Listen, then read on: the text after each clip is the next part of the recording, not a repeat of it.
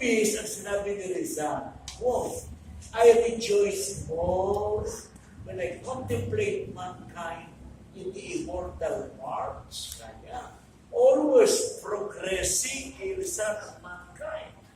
In spite of its failings and failures, in spite of its deviations, because that shows me its glorious purpose.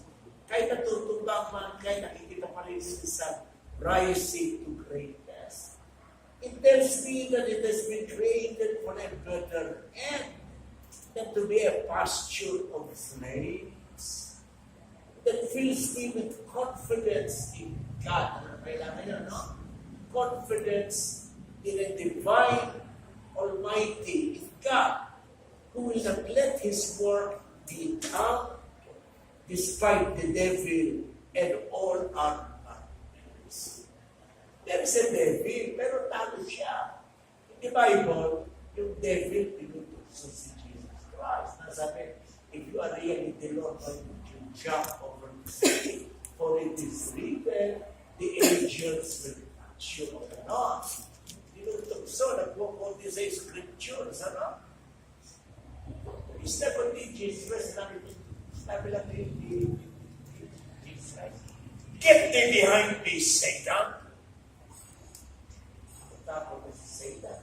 But it's clear, get thee behind me.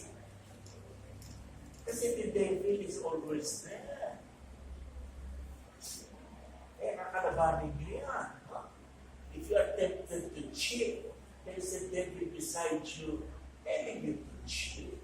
Nakalabanin niya with the resolve to be honest. Huwag kayong bibigay. Sasabihin niyo, Lord,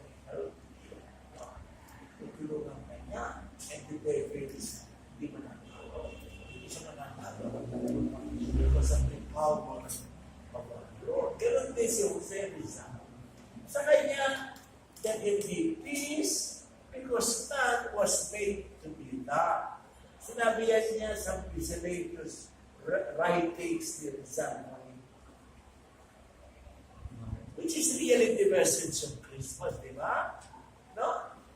Tapos, Gloria in excelsis Deo, et in terra pax omnibus boni volum Angels. Di ba yun? Yan ang sayaw at kanta ng angel sa mga shepherds. Pupunta kayo roon, for Jesus was born. Kaya ni Virgin Mary, Gloria in excelsis Deo.